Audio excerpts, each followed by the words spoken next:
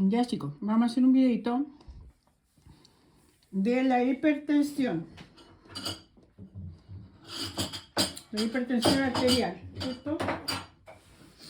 O sea, de la hipertensión, pero de los hipertensivos. Vamos a ver. La hipertensión arterial es una de las afecciones más comunes del hombre moderno, sobre todo a partir de determinada edad, con más frecuencia en los hombres que en las mujeres. Se trata de un trastorno del sistema vascular que provoca un aumento de la presión sanguínea que tiende a establecerse permanentemente por encima de los 160 miligramos de mercurio. La terapia está en el régimen de vida y los medicamentos. Tres grandes grupos medicamentosos se emplean en el tratamiento de la hipertensión. Diuréticos. Son una serie de fármacos que actúan sobre el riñón para que elimine mayores cantidades de orina. Así, al perderse más agua, disminuye el volumen del plasma en el interior de los vasos sanguíneos, haciendo descender la tensión arterial. Entre los diuréticos más importantes destacan las tiazidas, la furosemida, la espironolactona y la amilorida. Estos productos alteran la cantidad de potasio sanguíneo con repercusiones sobre el corazón, aunque es un problema fácil de prevenir si se siguen las recomendaciones del médico. El potasio está contenido en algunos alimentos como la uva, como el plátano, y nos ayudan a reducir la hipertensión arterial. Aunque tienen gran cantidad de azúcar, no es muy recomendable para las personas que tienen diabetes, pero sí es necesario para el buen funcionamiento de los músculos. Y recordemos que el corazón también es un músculo. Entonces necesita la cantidad de potasio. Por lo tanto, es bueno incluir en nuestra alimentación las uvas y los plátanos para que funcionen bien nuestros músculos. Aunque es un problema fácil de prevenir si se siguen las recomendaciones del médico. Además, algunos de estos medicamentos potencian los efectos tóxicos del digital, la gentamicina y la estreptomicina, por lo que se evitará administrarlos juntos. O sea, no puedes tomar un diurético como la furosemida, por ejemplo, la amilorida, la espironolactona, junto con una gentamicina o una estreptomicina, porque tienen efectos tóxicos para las personas. Inhibidores simpáticos. Bloquean el sistema nervioso simpático, es decir, la parte del sistema nervioso vegetativo responsable de mantener elevada la presión arterial. Podemos citar entre estos productos, estos bloqueadores, ¿cierto? Son, por ejemplo, la metildopa, la reserpina, la prazosina o el propanol. A veces producen somnolencia, sequedad de la boca y bajadas de la tensión arterial, sobre todo al levantarse súbitamente. De repente puede ser que te estés en el suelo, por ejemplo, y te paras rápidamente y sientes que te mareas, por ejemplo. O que pierdes el equilibrio, podría ser también.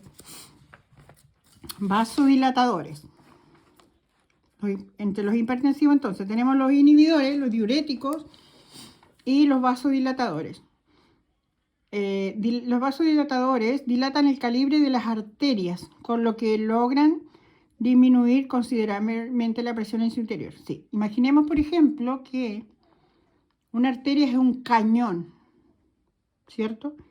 Un cañón, y que la grasa que consumimos es el hollín, ¿cierto? Que es esta cosa de madera quemada que se va pegando alrededor del cañón, ¿cierto? Supongamos que está el cañón, ¿cierto? Adentro se va pegando la grasa que consumimos y que no se elimina o no se consume porque somos personas muy que no nos movemos, ¿cierto? Que no gastamos el alimento que consumimos. Entonces se va acumulando todo lo que son las grasas, porque las grasas son más difíciles de gastar que los hidratos de carbono, por ejemplo, ¿cierto? Con los hidratos que son todo lo que sea harina o todo lo que sea dulces, es más fácil que nuestro cuerpo haga uso de esos carbohidratos dentro de una cantidad de comida, ¿cierto? Es más fácil para el cuerpo gastar esa energía que gastar la grasa. ¿Por qué? Porque el cuerpo se defiende para conservarse. La grasa es necesaria para otras funciones de nuestro organismo, como por ejemplo las de reproducción. Por eso las personas que son muy delgadas demoran mucho en quedarse embarazadas. ¿Por qué? Porque sus hormonas no se producen en la cantidad suficiente. O a veces tienen amenorrea, por ejemplo, que no tienen la menstruación, o a veces se les anula. Entonces, el cuerpo se defiende tratando de no eliminar la grasa. Entonces, a veces hay personas muy flacas, pero que sí tienen problemas con la presión arterial. Bueno, para este problema, los vasodilatadores, ¿cierto? Dilatan, como dice el nombre, las arterias, ¿cierto? Y hacen que la sangre fluya con más rapidez y disminuye la presión en el interior, ¿cierto? De los vasos sanguíneos o de las arterias. Dada su eficacia como moderadores de la tensión, se reservan para el tratamiento de la crisis hipertensiva y para aquellos pacientes resistentes a otros tratamientos más suaves. Claro, a lo mejor no le funciona el diurético, ¿cierto? Y en esos casos hay que usar algo más que haga más efecto, como son los vasodilatadores, sobre todo cuando las presiones sufren una crisis. La industria farmacéutica sigue elaborando nuevos y más eficaces preparados contra la hipertensión. Entre los más recientes destacamos los inhibidores de calcio, el captoprilo y la quesanterina. O sea, que vestimos a un santo para vestir al otro. Inhibir el calcio es atacar tus huesos. Durante el uso de fármacos antihipertensivos es imprescindible controlar periódicamente las cifras. ¿Dónde estábamos? Es imprescindible controlar periódicamente las cifras de tensión para ajustar la dosis. Claro, o sea, con el uso de fármacos hay que estarse controlando para que el médico vaya viendo si te ajusta la dosis, te la aumenta o a lo mejor te la disminuye. ¿Por qué? Porque has hecho más ejercicio, porque has gastado más energía y entonces ya tus arterias ya no están tapadas y por lo tanto la hipertensión se reduce. Entonces el médico va ajustando la dosis hasta que sería ideal suprimir el uso de antihipertensivos y además cuidarse la alimentación. También es recomendable el seguimiento de una dieta pobre en sal y el abandono de productos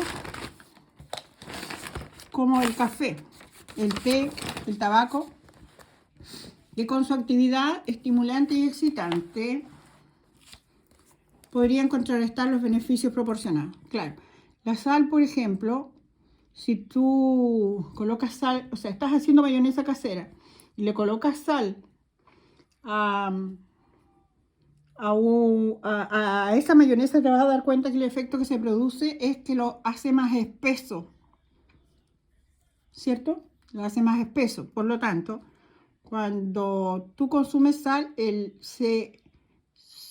efecto que produce en nuestro cuerpo es retener el agua. Retener el agua. Eso significa que nuestra sangre se va a poner más espesa y va a fluir con menos velocidad por nuestra circulación. Entonces, en ese en ese cuadro. Entonces, obviamente, la presión arterial de las personas que ya tienen ese problema lo aumentan, ¿cierto? Porque la idea es que la sangre fluye con más rapidez para evitar la hipertensión. Pero si nosotros consumimos sal, entonces retenemos el agua y hacemos que nuestra sangre sea más espesa, como el ñache ¿cierto? Cuando la gente en el campo hace asado, sabe muy bien cuál es el efecto que provoca la sal, que es el mismo que yo les decía en la mayonesa. Los antiulcerosos, las úlceras gástricas, intestinal o duodenal, es un proceso patológico de las vías digestivas que se caracteriza por un deterioro de la mucosa y capa conjuntiva. Muy dolorosa, resulta habitual a partir de los 80, 90 años. Se trata con régimen alimenticio y con medicamentos. En el mercado farmacéutico actual existen varios tipos distintos de fármacos contrarios a esta afección, cada uno de los cuales poseen propiedades diferentes. Antiácidos han sido unos clásicos colaboradores en el tratamiento de las afecciones gástricas. Son productos capaces de neutralizar la acidez producida por un aumento del jugo gástrico y suelen administrarse en forma de pastillas, polvos, soluciones. Generalmente producen estreñimiento, excepto los preparados de magnesio que facilitan las deposiciones, o sea, facilitan el ir al baño. Se evitará administrar antiácidos con otros medicamentos, pues dificultan la absorción de los productos. Antidiarreicos y laxantes. Este es otro tema, ¿cierto? Porque estábamos en los antihipertensivos. Pero también son fármacos que regulan el ritmo intestinal. Los antidiarreicos frenando las diarreas. Y los laxantes venciendo la tendencia y el estreñimiento. Claro. Existe una larga lista de antidiarreicos. Estos fármacos solo son necesarios en caso de grandes diarreas intensas y molestas o en diarreas de larga evolución, en el resto de los cuales basta con una dieta que permita el reposo del estómago. Claro, a veces hay cosas que te hacen, como la fruta, por ejemplo, que hacen ir al baño más frecuentemente, pero eso no es considerado una diarrea. Una diarrea patológica es cuando has comido algo que contiene, que generalmente es por falta de higiene o porque, no sé, se contaminó y puede provocar diarrea. Similar situación se repite con los laxantes, cuyo uso debería ser mínimo si se realizase una alimentación correcta con suficiente fibra vegetal y se adoptase unas condiciones de vida que permitiesen combatir el estreñimiento de un modo natural. El empleo de laxantes es siempre polémico, pues pronto se convierte en un arma de dos filos. Hay unas mermeladas que son laxantes, que las usan las jovencitas sobre todo cuando quieren mantener el peso o adelgazar. Pero esto es un arma de doble filo porque el intestino deja de producir los movimientos, como que se adormece y deja de producir los movimientos para evacuar, ¿cierto?, las deposiciones intestinales, y eso también te juega en contra porque la idea es que la actividad del intestino